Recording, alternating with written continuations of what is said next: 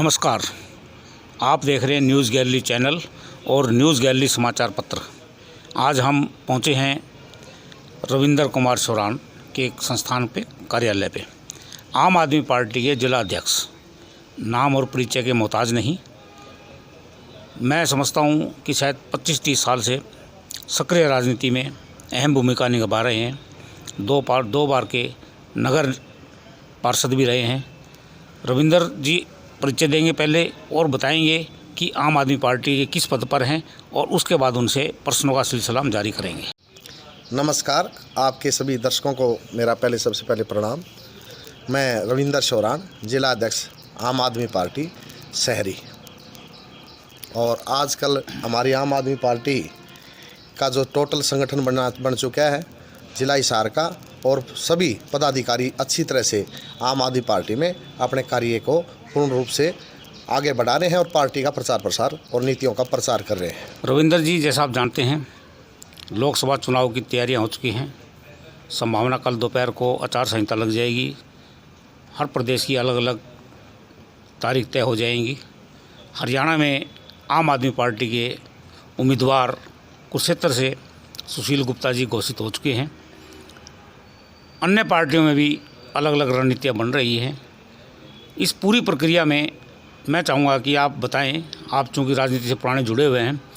आम आदमी party, Congress, Bharatiya Janata party के साथ साथ क्षेत्रीय दल भी हैं। इंडियन नेशनल लोकदल, जेजेपी जो भाजपा से अलग हो चुकी है, जननायक जनता पार्टी, इसके अलावा भी कुछ और हमारी जो पुरानी पार्टी हैं, कम्युनिस्ट पार्टी भी हैं। हरियाणा में एक बड़ा समीकरण बनने जा रहा है। आप क्या समझते हैं और किस तरह आप देखते हैं कि जो अब राजनीति, जो चुनावी राजनीति शुरू होने वाली है, आपके नज़रिए से कैसे रहेगा, क्या समीकरण बनेगा और आम आदमी पार्टी की क्या तैयारियां हैं? देखिए कि आज जो लोकसभा का इलेक्शन है वो अब की बार अलग तरह का इलेक्शन है।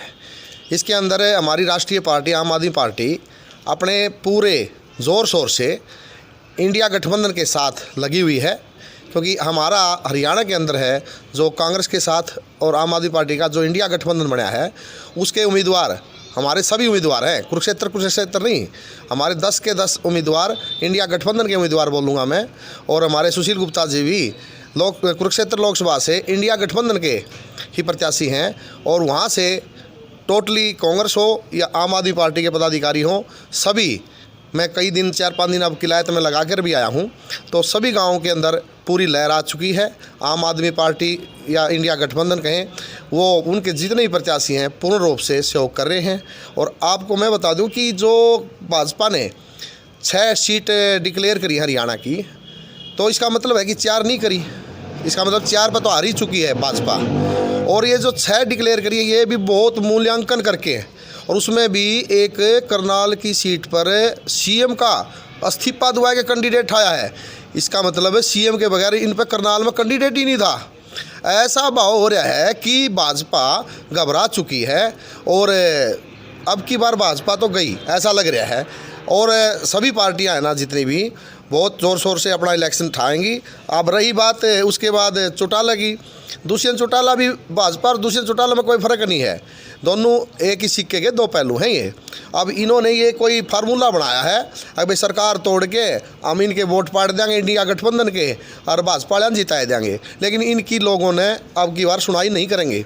लोग इसलिए सुनाई नहीं करेंगे, लोगों ने इनके इस मामले का पता चल गया कि ये मतलब सारी सोची समझी एक चाल है। तो सोची समझी चाल को जनता वोट नहीं देगी। अब की बार वोट जो ग्राउंड लेवल पर काम कर रहे थे ना, वो आम आदमी पार्टी के हों या कांग्रेस के हों, जो भी इंडिया गठबंधन के प्रत्याशी हैं, उनको वोट देगी अब की बार जनता, और भारी बहुमत से उनको जिताएगी। मैं आपको ये बता दूं। आप चौरान जी का हमें बात बताएं, कुरुक्षेत्र में आपके उम्मीदवार हैं गुप्ता जी, और आप हिसार जिले के हैं अध्यक्ष। चूँकि इंडिया गठबंधन आपके साथ हैं, अब आपकी कैसे ड्यूटी रहेगी? हिसार के आप चूँकि जिला अध्यक्ष हैं, हिसार के प्रत्याशी कांग्रेस से होंगे और आपके कुरुक्षेत्र से प्रत्याशी गुप्ता जी हैं, तो इस ड्यूटी को किस तरह बांटेंगे? आपकी टीम कैसे काम करेगी? हिसार और कुरुक्षेत्र को किस तरह आप संभालेंगे? कृपया इस बारे में आप विस्तार से प्रकाश डालें। देखिए, हमारी जो ड्यूटियां लग चुकी हैं, क्योंकि हमारा तो कैंडिडेट कुरुक्षेत्र का तो फाइनली हो चुका है। अभी इंडिया गठबंधन ने हिसार का अभी तक नहीं दिया है। वो तो काम जब शुरू होगा ना, जब यहाँ का गठबंधन का कोई कैंडिडेट आएगा, तब तक तो हमें कुरुक्षेत्र का काम कर चुके होंगे। कुरुक्षेत्र 1 नंबर पर आ चुका होगा, क्योंकि हमें किलायत में गए, मटोर में गए, बड़सिकरी कलां, बड़सिकरी खुर्द, सोंगरी और कमालपुर, मैं बैक कहता डोर टू डोर करके आया हूँ। और सभी जो हमारी पार्टी के बड़े बड़े पदाधिकारी उन्होंने ही पोस्टर लगाए हैं, और वहाँ के हमारे जो मंडल अध्यक्ष हैं, ब्लॉक अध्यक्ष हैं, सर्कल अध्यक्ष हैं, सचिव हैं गांव के, उन्होंने साथ दिया हमारा पूरा, और उन्होंने कहा जी ये बहुत ज़्यादा वोटों से जिताएंगे। तो अभी तक तो मैंने किलायत ही कवर कराया है, लेकिन हम हर हल्के में जाएंगे। और इसी तरह हम हिसार में जब हमारी ज़रूरत पड़ेगी ना इंडिया गठबंधन के प्रत्याशी को, जब हमारे को यहाँ बुलाएंगे तो यहाँ भी आएंगे हम, क्योंकि 1.5 महीने में दोनों कवर कर जाएंगे हम। 2 लोकसभा हैं, दोनों कर जाएँ कवर, कोई दिक्कत वाली बात नहीं है। बहुत बढ़िया ढंग से हम हमारा कार्य करेंगे। रविंदर जी, आपने बड़े हौसले में हिसार लोकसभा और कुरुक्षेत्र लोकसभा की दोनों बातें आपने रखी। एक बात आप जानते हैं कि 4 महीने बाद जो हमारा चुनाव परिणाम आएगा लोकसभा का, उसके 4 महीने के बाद ही हमारा विधानसभा चुनाव भी तैयार है। आप जानते हैं हमारे पड़ोसी राज्य दिल्ली और पंजाब, जहां आम आदमी पार्टी ने अपनी सरकार बनाई हुई है और बहुत बेहतरीन ढंग से बहुमत लाकर उन्होंने अपनी सरकार बनाई है। आपको क्या लगता है जब हरियाणा के विधानसभा चुनाव आएंगे, आम आदमी पार्टी की सरकार बनेगी, किस तरह बनेगी, कैसे काम रहेगा, क्या दिल्ली पंजाब को दोहराने का काम हरियाणा में होगा, ये आप हमें बताएं। ये हमारा गठबंधन हुआ है ना, इंडिया गठबंधन, ये हमारा सिर्फ लोकसभा पे हुआ है, और हम लोकसभा का इस गठबंधन का पूरा धर्म निभाएंगे और एक दूसरे का पूरा साथ देंगे। वो आने वाले लोकसभा के बाद जो विधानसभा होगा उसकी तो तैयारी अलग तरीके से होगी, और लोकसभा और विधानसभा एक अलग तरीके के इलेक्शन होते हैं। और ये जो गठबंधन किया गया, ये सिर्फ हमने भाजपा को चलता करने के लिए किया है। इससे हमने किसी का स्वार्थ नहीं है, इसमें ना कांग्रेस का स्वार्थ है ना आम आदमी पार्टी का स्वार्थ है। सिर्फ एक ही है भाई, ऐसी भ्रष्ट सरकार को, ऐसी दुर्गति करने वाली किसानों की सरकार को, ऐसे नौजवानों की दुर्गति करने वाली सरकार को, और ऐसे जो हमारे मजदूर भाई है, छोटे व्यापारी भाई है, जो आज युवा है, उनको जो रोज़गार नहीं मिल रहा, इतनी महंगाई दे दी, ऐसी सरकार, गंदी सरकार को हमने चलता करना है। इसलिए आम आदमी पार्टी ने और कांग्रेस ने ये इंडिया गठबंधन अपना बनाया है, और ये हमने सभी ने मिलकर फैसला लिया, हमारे सीनियर नेताओं ने मिलकर फैसला लिया है, और इसको हम पूर्ण रूप से निभाएंगे। और विधानसभा जब आएगा उसका समीकरण अलग होगा, क्योंकि विधानसभा और लोकसभा के अंदर सभी अलग अलग मुद्दे होते हैं क्षेत्रवाद के हिसाब से। जैसे कि अभी हमने चर्चा की लोकसभा के बाद विधानसभा, आप नलवा विधानसभा के साथ साथ अन्य विधानसभा क्षेत्रों के भी प्रभारी हैं। आप किस तरह की तैयारी कर रहे हैं कि आपको विधानसभा चुनाव के लिए भी आप किस हल्के से और किस तरह अपनी तैयारी करेंगे, क्या आपने रणनीति बनाई है? आने वाला जो समय है, अक्टूबर में संभावना की चुनाव हो जाएंगे, तो आप किस हल्के से चुनाव लड़ेंगे और कहां से आपने हाईकमान को निवेदन किया है, आवेदन किया है कि मुझे इस विधानसभा क्षेत्र से उम्मीदवार बनाया जाए, और आपकी क्या तैयारी है, इसके बारे में न्यूज़ गैलरी से आप बताएं। देखिए कि जो यहाँ का विधानसभा की बात है, मैं आपने पता है पहले भी नलवा विधानसभा से मैं हमेशा तैयारी रखता हूँ, क्योंकि इसके अंदर नलवा विधानसभा के अंदर 4 वार्ड आते हैं, 16, 17 और 18, 19। इनके अंदर 40,000 वोट है, जिनसे मैं सभी से परिचित हूँ। क्यों, आपने पता ही मैं पार्षद भी रह लिया और स्टेट का चेयरमैन भी रह लिया, और ओलंपिक का और हैंडबॉल का चेयरमैन भी रह लिया, और भाजपा में था जब चुनाव प्रबंधन समिति का जिला का संयोजक भी था। तो कहने का मतलब है इस शहरी क्षेत्र से तो मैं वैसे ही परिचित हूँ। और गांव में मैं आजकल सारे मिशन हुए, हमारे पार्टी के झंडा मिशन हुआ, परिवार जोड़ो मिशन हुआ, तो सभी हमने अच्छे पूर्ण रूप से बदलाव यात्रा हुई, सभी हमने अपने दिल से अपने साथियों के साथ उनके सहयोग से गांव-गांव जाकर हमने हर मिशन को सफल किया। वो आम आदमी पार्टी ने देखना है भाई, नलवा से टिकट देते हैं ना, अगर मेरी जिम्मेवारी लगाते हैं तो मतलब मैं तो उसके बाद ही मतलब उनको टिकट जीत के दे सकता हूँ, क्योंकि मेरा पुराना जो अपना पारिवारिक, हर लोगों से मेरा पारिवारिक मिलनसारी है, न कि नेता वाली नहीं। मैं परिवार की तरह जानता हूँ सभी को, चारों वार्डों में भी और गांव में भी, क्योंकि मैं जिससे भी मिलता हूँ ना, उस आदमी को ये नहीं लगता भी रविंद्र ने मैं मतलब अच्छी तरह से नहीं जानता, या रविंद्र मेरे को अच्छी तरह से नहीं जानता, क्योंकि रविंद्र का स्वभाव हमेशा ही समाज के प्रति सामाजिक कार्यों में रहा है, और हमेशा ही हमने लोगों के हित की बात करी है।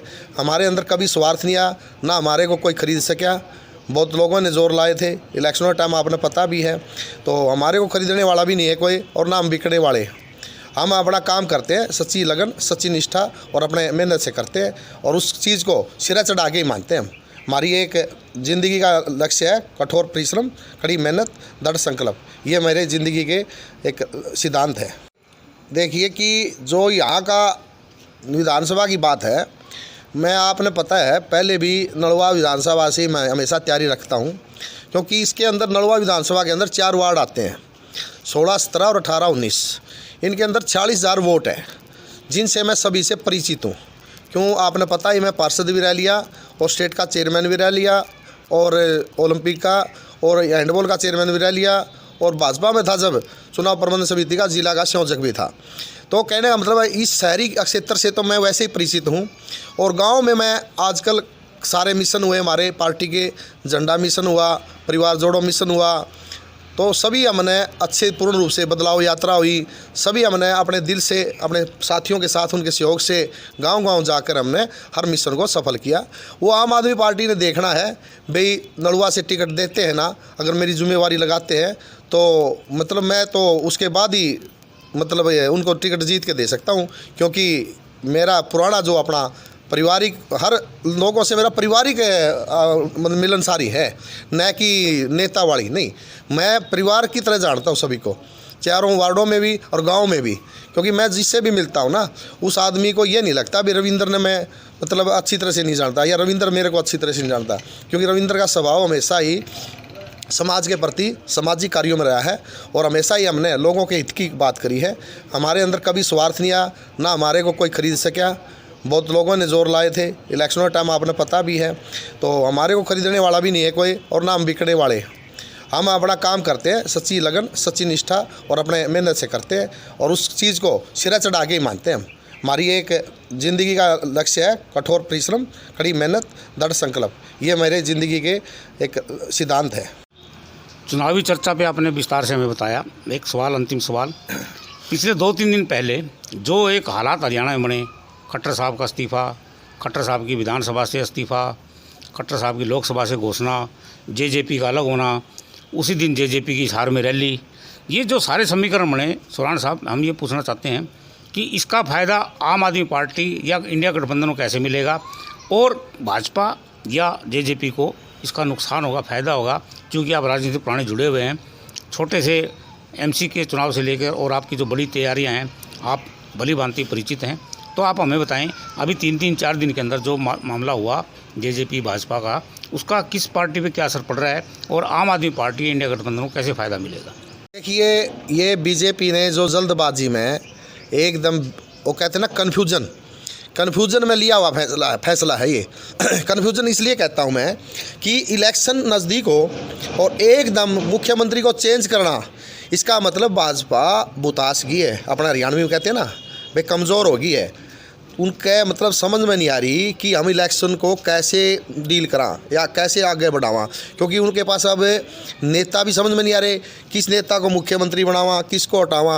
अब पंजाबी समाज का हटा दिया, पंजाबी समाज नाराज़ हो गया, सैनी समाज का बन गया। सैनी समाज तो वैसे पहले भाजपा के साथ 80% था, लेकिन पंजाबी समाज सारा 100 का 100% टूट गया, क्योंकि पंजाबी समाज का एक इतना बड़ा पद पे बैठा था उनका, और वो एक ही बात कहते थे भाई हमारे खट्टर साहब बैठे हैं, हमारा काम हो चाहे ना हो, लेकिन जिस दिन खट्टर साहब हट जाएंगे ना उस दिन हम इस भाजपा ने छोड़ देंगे। जो इन्होंने इस टाइम इलेक्शन का टाइम फैसला लिया ना, सबसे इस टाइम कमज़ोर पार्टी लग रही है मेरे को भाजपा, क्योंकि इस टाइम उनके पास समझ में नहीं आ रही भाई हम करा तो करा क्या, बिचड़गी, वो कह रहा है ना बिचड़गी मतलब पजल होगी भाई हमें, मतलब हरियाणा तो गया है, इन्हें पता है भाई विधानसभा तो आवेगी नहीं, ये सोचा है कि 2 सीट हमें को निकाल के मोदी साहब ने दे दिया सांसद की।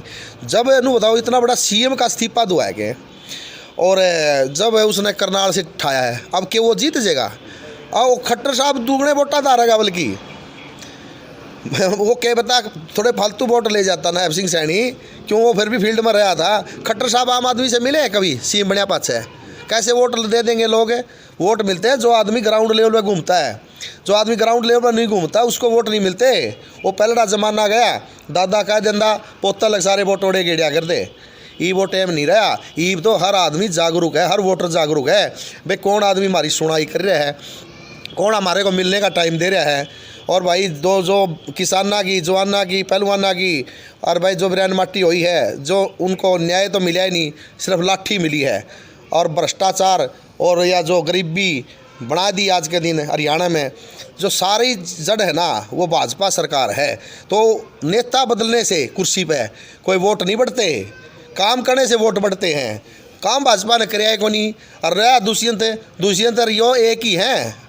अगली और बता दूं मैं आपने, ये इनका प्री प्लान फैसला लिया हुआ है कि हमने 1-1 लाख वोट पाड़ने हैं लोकसभा में।